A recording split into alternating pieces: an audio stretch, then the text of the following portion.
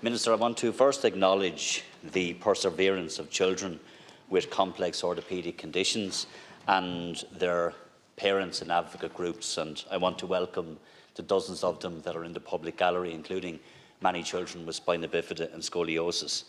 And I think it's an understatement to say that those children and their families have struggled for many years and continue to struggle to get access to fair healthcare for their children.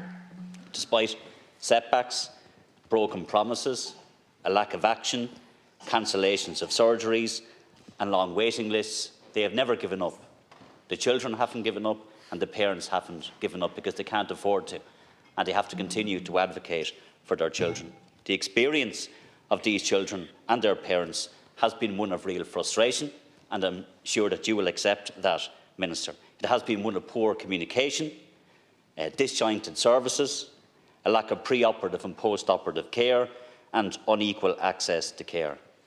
And for those children who can't get access quick enough in the public system, what they see are some children who can access Blackrock Clinic and others much more quickly because they can pay for it. And I think that is a real shame, Minister, on all of us. One of the people that were joined here today is TJ. He's 18 years of age and he's from Tullamore. He spent years on a CHI waiting list. He waited so long that his scoliosis became inoperable. And that's my point, Minister. If he came from a wealthy background, that simply would not be the case.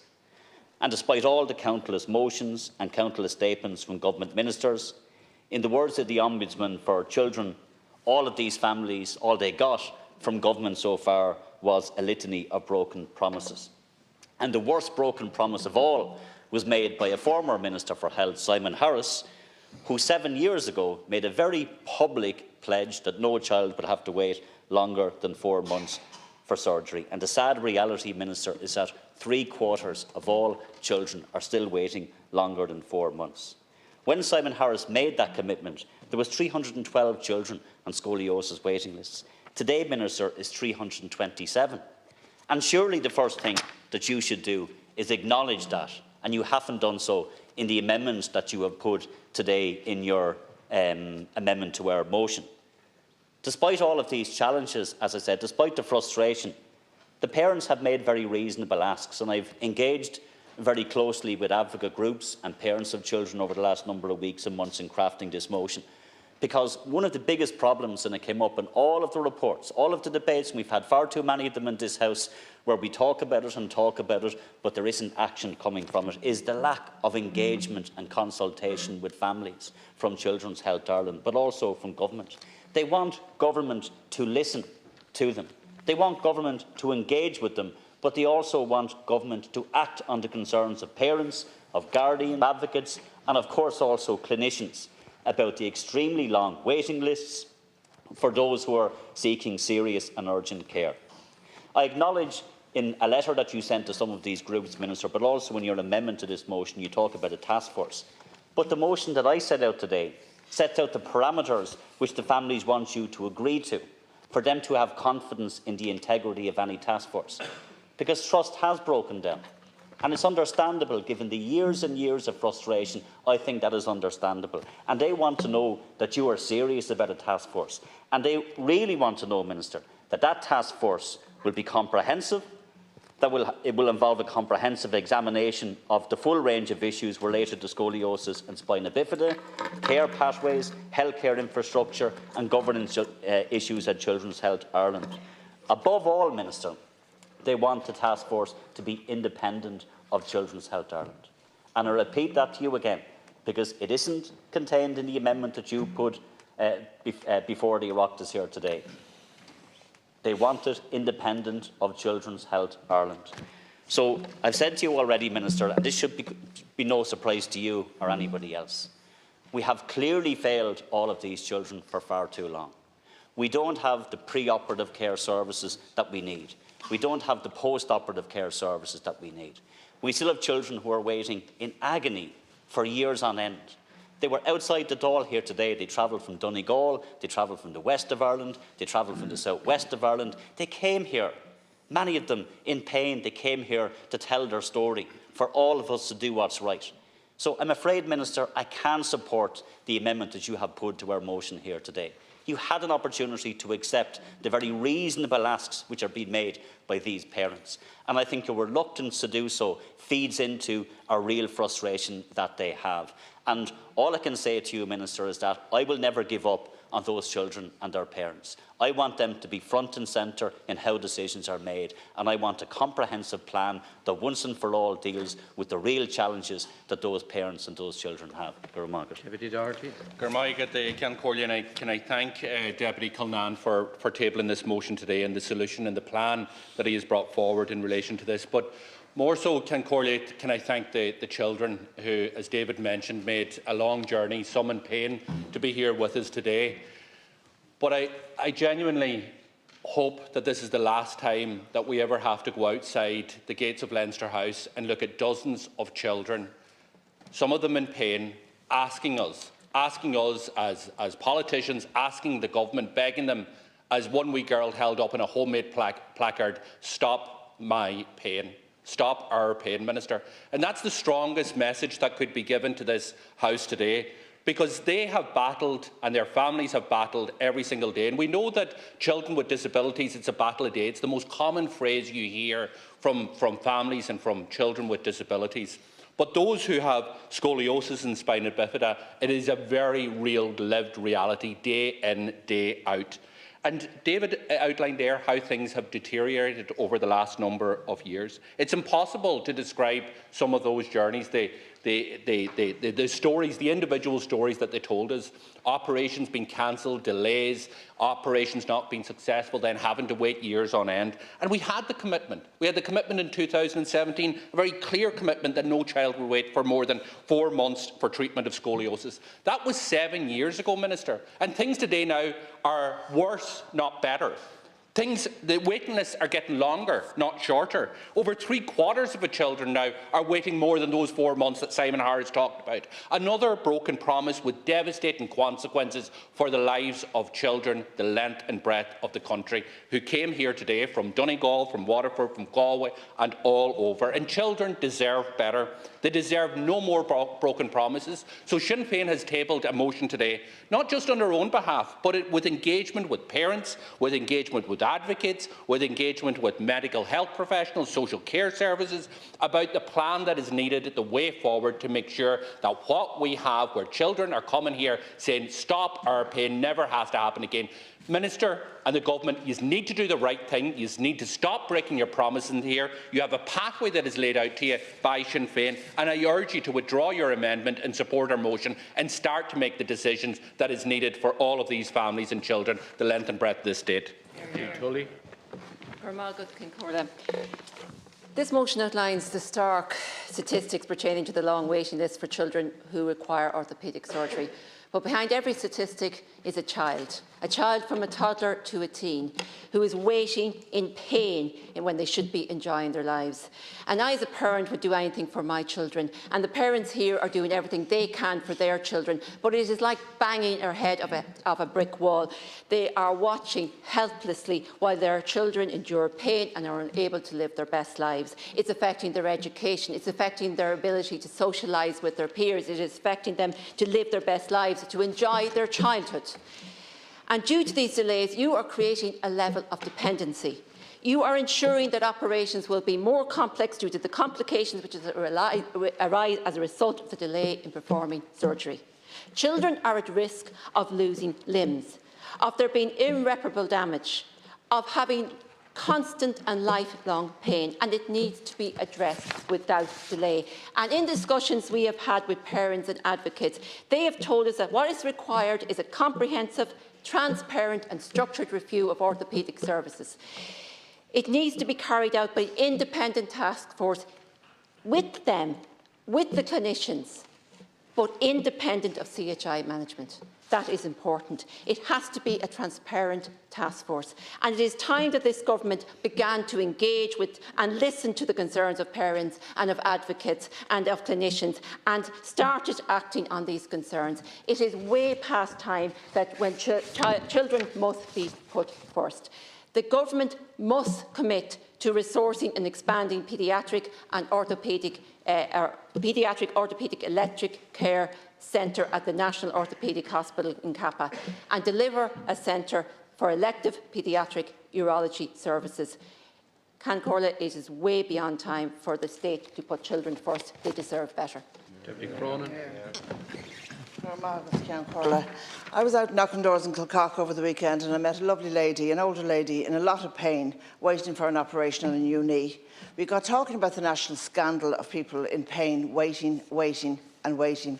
I told her about this motion and about the lovely day I had in my constituency office where we met children with scoliosis with David Cullinan a couple of years ago. As it happened, I'd met one of them in Prosperous on the day before, and while Elisa has had her scoliosis operation, she's a year waiting now for a sleep study so that she can have the orthopaedic work that she needs post-op. Still waiting and waiting. But anyway, I took the bull by the horns and I asked this woman if she would be willing to wait longer for her operation so that children with scoliosis wouldn't have to wait, and she said, of course she would. It's a no-brainer. Of course, it doesn't apply because the either-or doesn't arise. But I knew that from my conversation with that lady, it confirmed to me two things. Firstly, how out there in the general population, people are disgusted, and I mean disgusted at the way children are being left in pain with their organs crushed due to the state of their spine. Their agonising level of pain because of the state of the health services on the watch of continuous Fianna Fáil and Fine Gael health ministers. Secondly, it showed me that the social solidarity and the intergenerational solidarity is still so strong. Strong despite the powers that should not be continually pitting the generations and other sections of society against each other. People are sick and tired of waiting. They're sick and tired of seeing their children, their grandchildren waiting because of the basics in health services. In this case, a spine that isn't crushing their children's organs, and they want change. Not change for the sake of it, but change for the better. I want to recognise the outstanding and compassionate work that my colleague David Cullinan has put into these children caught in this nightmare of suffering. David, he's not a glory seeker. He wants to get to work on these children because then he knows they can't wait anymore. I want to welcome Lisa and Eddie from South Kildare, who are up in the gallery, and also my constituents, Una Kitely and her son Sean. This is your Dáil, Sean. It's your health and your future that we're discussing. And that starts in political priorities, and in Sinn Féin we will prioritise you. Deputy O'Leary. The work that my colleague David Cullinan has put into this motion, but particularly along with the families, parents and advocates who are present here today and outside the House. I hope it gets widespread support in the House. In 2017, Minister Harris promised that no child would be left waiting for longer than 4 months for surgery for scoliosis and spina bifida. The Government has absolutely failed to meet this promise. Not only have they failed to meet this target from an already unacceptable level, but waiting lists for scoliosis-related surgery have now gotten worse than what they were when that commitment was given. 7 years later, 7 years, Minister, and the Government have no answers for these children and their parents and their families who are left waiting. It's simply unacceptable. The Government must now listen to and engage with and act with the concerns of parents, guardians, advocates and clinicians about these outrageous waiting lists.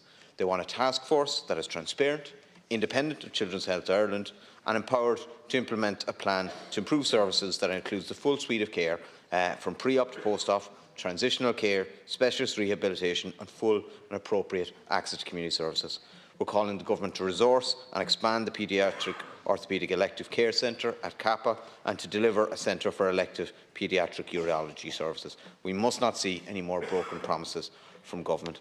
Minister, I spoke to a number of these children and their parents outside, and God, they're beautiful children and their parents must be so proud of them, and they're so cheerful and you know, stoic and happy to talk, but you know, let's not forget the pain that they are in, and actually the fact that they have had to make the effort here. None of those parents or those children would want to be here on a Tuesday evening in February only for how bad the situation has got and things need to be brought to a head. Nobody wants to be in that situation, but Minister, it is your responsibility and your department's responsibility and your government's responsibility that these families have felt this necessary and that we have felt it necessary to bring this motion. And so, Minister, I regret that you have tabled the amendment that you have. I hope that you will reconsider that, but most of all, I hope that you can say something in 5 minutes' time that will give some confidence to those families that things are going to get better, because the way things are at the minute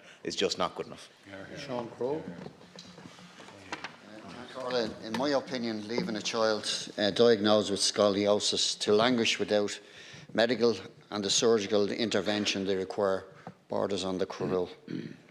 We know that early intervention and treatment for children with scoliosis is paramount for preventing severe complications. Untreated scoliosis can lead to debilitating spinal deformities, respiratory issues and chronic pain.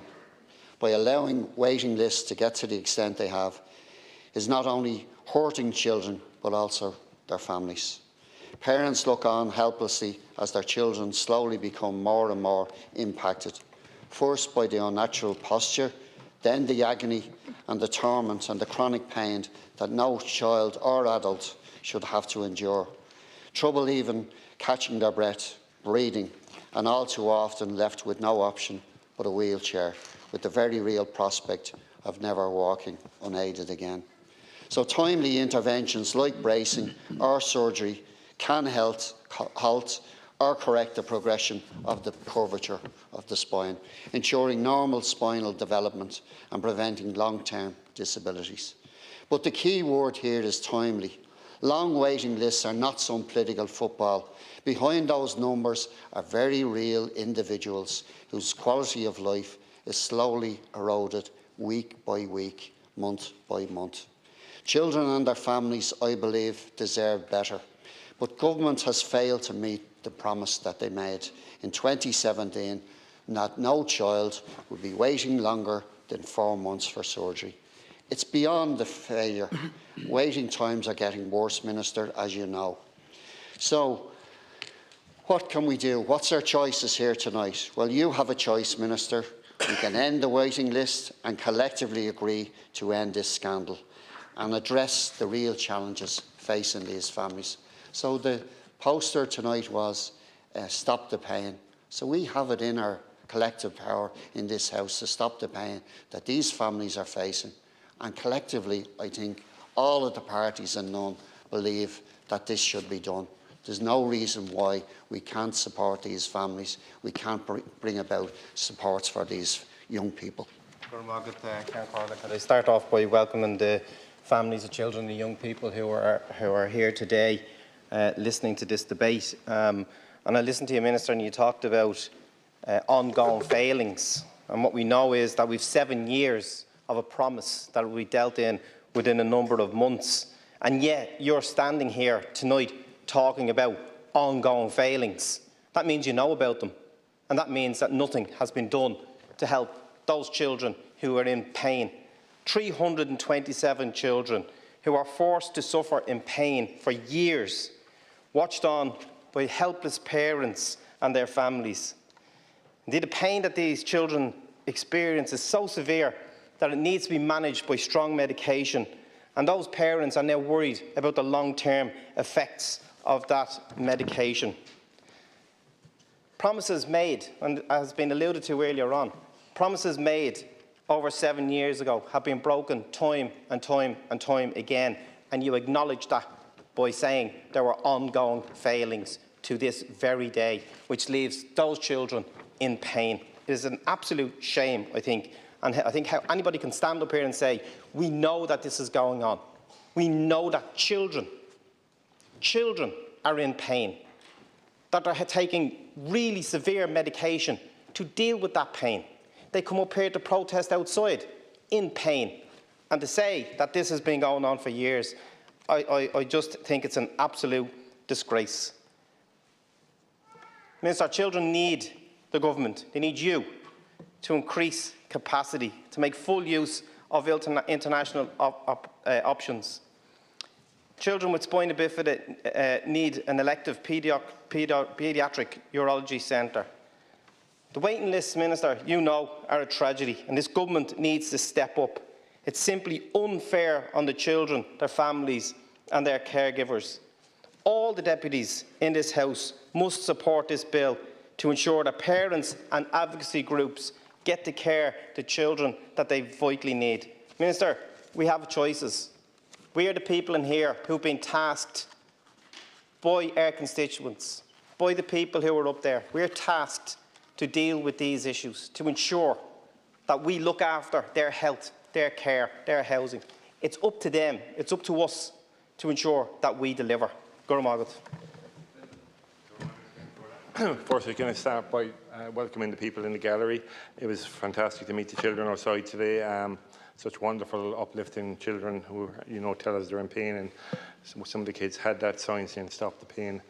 Minister, you talk about a big list, as if you were surprised. You talked about that with everything that comes up in the HSE for some reason. A big list in Limerick with the emergency department. You seem to be surprised by that as well. To go back to the motion here, scoliosis and spina bifida are extremely challenging, not just for the young people who are coping with these conditions, but also for their parents and carers, who in fairness are usually the same people. These conditions can be make everyday life more challenging, be it in the commuting or attending school. While there are obstacles that can be overcome, it is imperative that patients are given quick access to necessary surgeries.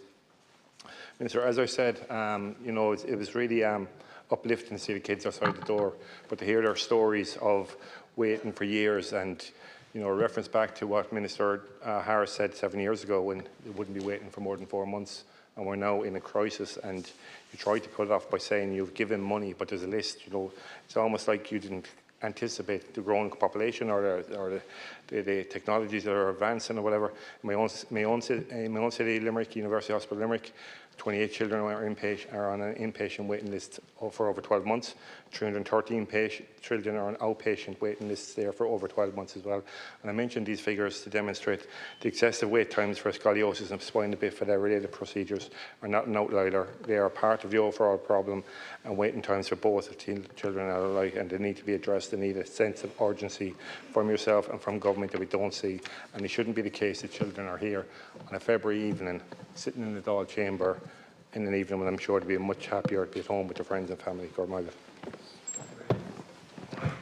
First of all, Minister, I'd like to welcome the families, particularly the children, to the Dáil chamber here this evening. And it was great to speak to them outside and listen to the children and listen to them smile and laugh. But Minister, behind those laughs and the cheer, there's pain, severe pain. And I know, because I'm the father of a daughter who has scoliosis. She has a 45-degree curve in her spine. And I know the pain that she has to endure day in, day out.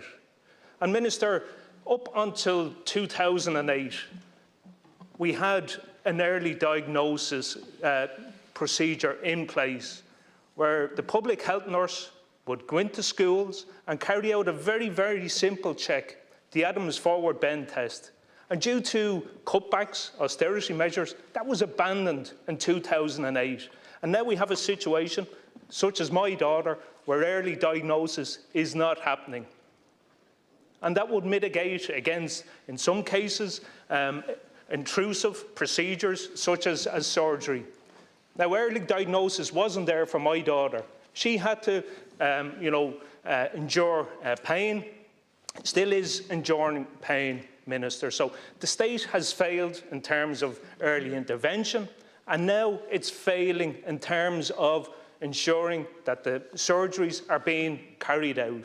So it's absolutely atrocious that parents in this day and age have to bring their kids from the four corners of this state to converge here, demanding that you do something to ensure that their children do not have to endure, that my child does not have to endure the pain that she does on a daily basis, Minister. It's absolutely shameful, Minister, and to stand up here and to listen to you going blah, blah, blah, blah, blah, another talking shop. What people need, what parents need, what children more importantly need, Minister, is action, not more pain.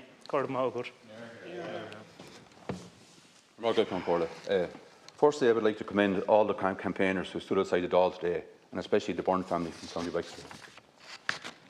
This motion tonight has come about due to the failure of the government to fulfil their promise to the children who suffer from spina bifida and scoliosis. That promise was that no child would have to wait no more than 4 months for their surgery. In your own words, Minister, and I quote, The state has failed the children affected by spina bifida and scoliosis.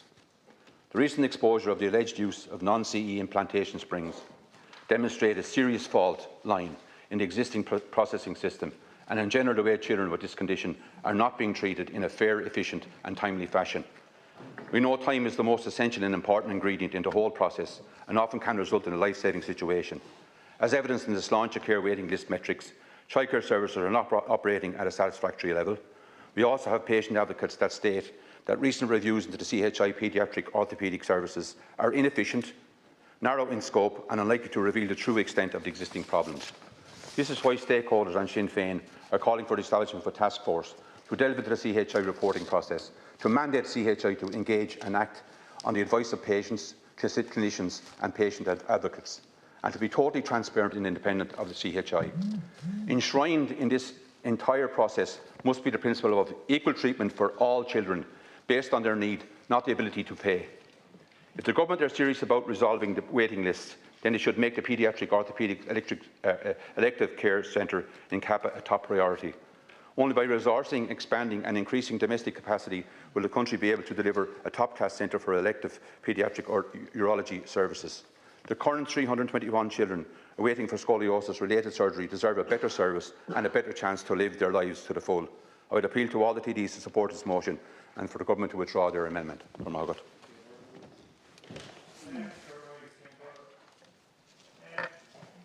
Minister, to use your own language, we're dealing with children that have been left in inhuman conditions. You also said you won't get up here and say everything that should be done or that could be done has been done. So therefore, it's once again what we're accepting is there has been abject failure, that we've absolutely failed to deliver for some of the most needy of our citizens. And everyone has mentioned about the promises that were made by Minister Harris, and we go back to 2017 and every child, whether we're talking about spina bifida, whether we're talking about scoliosis, whether we're talking about complex spinal and orthopaedic surgery and whatever else is necessary, that they would be dealt with. But we have abjectly failed. And it was fabulous to meet the children outside. It was fabulous to meet their parents. And I don't know how they keep going. And look, our asks are straightforward in relation to a task force that is sufficiently independent and can do the business. We know the resources that we need. And see, when you talk about a dedicated spinal service or spinal surgery service or management unit, we need to see that. We need to see timelines in relation to delivery. Because who needs that is Ava, her mother Paul and the rest of the family that are here, the likes of Kirsty Rose from Dundalk, who I met in relation to Daisy and Layla. And what they are worried about as time goes on, as they wait longer on waiting lists, that their condition becomes worse,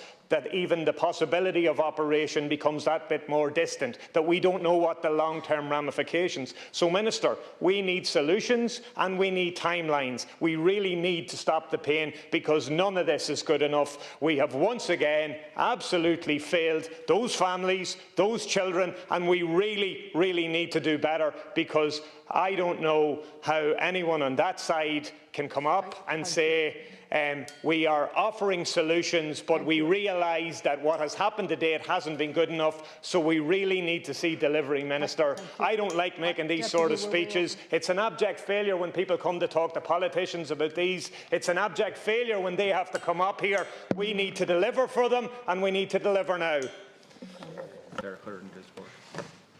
Thanks very much, Cathaoirleach. First of all, I'd like to thank my own colleague, Deputy Cullinan, and also Daniel, who worked with Deputy Cullinan, for all their work in relation to this and this evening, and also to join in welcoming and thanking the families for making the effort to travel here this evening and to be here.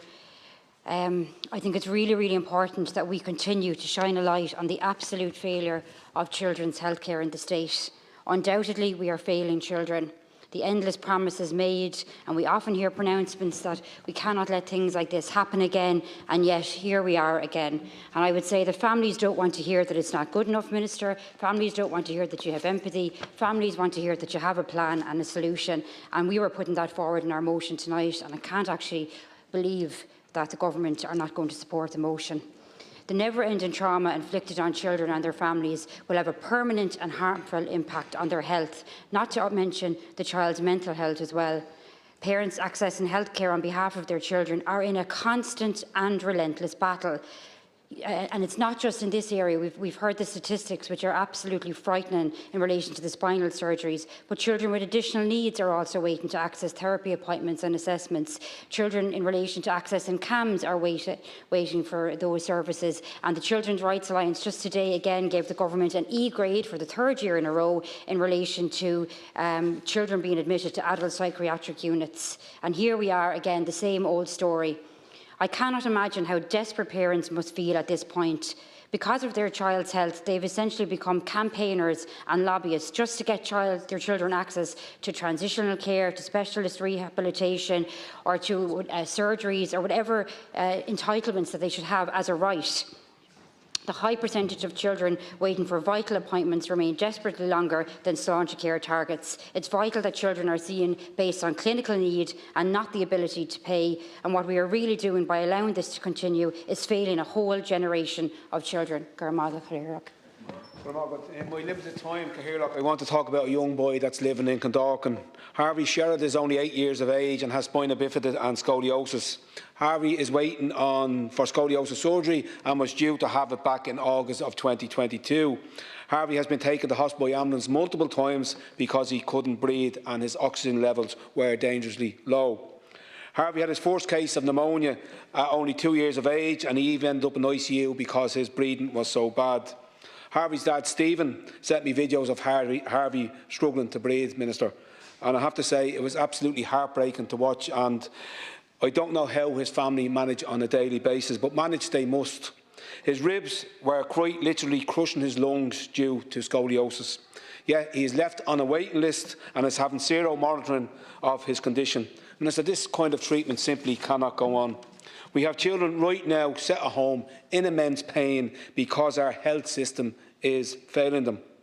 I met Harvey's father, Stephen, outside Leinster House today, and Harvey's parents and other parents are pushing for an independent task force to be implemented and better access to care and treatment for their children's needs. I'd like to welcome him to the public gallery and all the other families and parents and campaigners into the public gallery. I would particularly want to mention Hugh O'Rourke, an amazing young man from Lucan, 17 years of age, and I want to wish him every success as he attempts to sit his leaving cert next year. Families should not have to fight, Minister, but fight they must. And I'm calling on all public representatives and the government. I'm calling on all public representatives to support the Sinn Féin motion. I'm calling on the government to withdraw their motion, Minister. It's the right thing to do, and to help us to ensure that our children get the care and timely treatment that they have been denied for so long. With everybody in welcoming the children in the public gallery along with their parents and siblings, and to say the obvious that they shouldn't have to come to the Dáil this evening. I especially want to welcome a gorgeous little girl from my own county, Eve Rooney, along with her parents Ivan and Philly. Eve was born with arthrogryposis. I'm after pronouncing that completely wrong, but it's a horrible and painful condition. Eve's joints tighten so that if left untreated, they dislocate and twist so that everyday tasks just become a painful ordeal. The scoliosis crisis has become so desperate that children with Eve's condition have just, it appears to our parents, been ignored entirely. Eve isn't a faceless child, and neither are the hundreds of other children that have been abandoned and neglected, those on surgical waiting lists and those on endless outpatient lists. Many children are becoming inoperable while waiting on these lists. Eve and her family have travelled to the United States, to England. She was in Poland last week, where I'm told there were at least 4 other Irish families at the same clinic. And Eve's family want me to record that they have no confidence in CHI management to address her needs. They tell me that they feel that the neglect of children with disabilities in Ireland has been normalised by CHI executive management. There was a plan in place for Eve. She was making progress and her parents had hope. But Eve's surgeon is now on leave, as is well known, and therefore, Minister, it is your job, it is government's job to find the solution for Eve and other children. It is the government's job to ensure that no child is living with pain, that no child suffers lifelong damage because of the failures of bureaucrats, officials or incompetent politicians. Minister, the government's amendment suggests that you continue to fail at your job. I would ask you and appeal to you again to do the honourable thing. Withdraw the government amendment and back David Cullinan's motion, which has the support of these families that have been affected and treated so badly for far too long. It was very uplifting, Minister, to have met so many children today, and some of them are still here in the public gallery, and they travelled from the four corners of Ireland to be here, to be outside the Dáil, to meet with politicians of all political parties, to make a plea that we do more. And all those children want is a fair start in life. And what they want is equal access to healthcare and an equal shot at life as best they can, and they want us as legislators and as politicians to provide the healthcare resources and capacity that they need. It's also very distressing because many of those children are waiting in pain and waiting far too long for care. So while on the one hand it's uplifting to see them and their courage and their tenacity, it's also distressing when you look at the frustration and the anger that so many of those children have, and of course their parents. The Minister said that what's happening here is inhumane. That's an understatement. And we've said this time and again, and this is where the real frustration comes. Time and again, we have debates like this, where we all come in and say this is inhumane, and then things don't change. 7 years ago, as was said a number of times, Simon Harris made a commitment that no child should wait longer than 4 months. I haven't seen, bar the Minister that came in for a different debate, anybody from his party who is actually here in the chamber for this debate here today. But be that as it may, he made that commitment on the back of a plan. It was echoed again and restated by the current Minister for Health 2 years ago. And astoundingly, the Minister came into the Dáil today, 2 years after he committed €19 million, which he told us, and he was told, would reduce the waiting lists of children waiting no longer than 4 months to zero. That didn't happen. 2 years passed, no accountability, and the Minister then tells us that he cannot give a guarantee that all of the €19 million that was meant to be spent to reduce those waiting lists for those children was spent for the purposes in which it was intended. He then says he's going to have auditors look at it. I mean, this is just absolutely ridiculous. He didn't mention at all to any degree the task force which needs to be set up. He makes a passing reference to it. He did make a reference to it in his amendment. But of course, he's going to vote down the motion that we crafted with all of the groups. As best we could, sat down with parents, sat down with advocates and said, right, what should this task force look like? And the best selling point for that task force, in my view, is what the Minister said tonight. We've committed €19 million. It was meant to fix the problem. It didn't fix the problem. The money wasn't spent in all areas in which it was intended. The Minister doesn't know 2 years on what happened, where it all went wrong, and he's the Minister for Health. Then he tells us he's going to leave the chamber, go and meet the HSE board and raise it with him. He's the Minister for Health. I mean, this is absolutely incredible. So I have to put it to the ministers that are here. I'm absolutely sick and tired of coming into this chamber, as other people are, having to raise this issue on behalf of those beautiful children, and so many of them right across the state, and yet go back and face them and say, well, the Minister is not going to accept the motion, and the Minister is telling us all of the great work that he did, and the Minister talks about figures which are actually not even the real figures, because he's given us figures from the end of last year and not the current figures for February. It is absolutely disgraceful. We have a Minister for Health that's asleep at the wheel on this issue. So all I would say in conclusion is show some respect to those children, because they deserve better. Thank you, Deputy.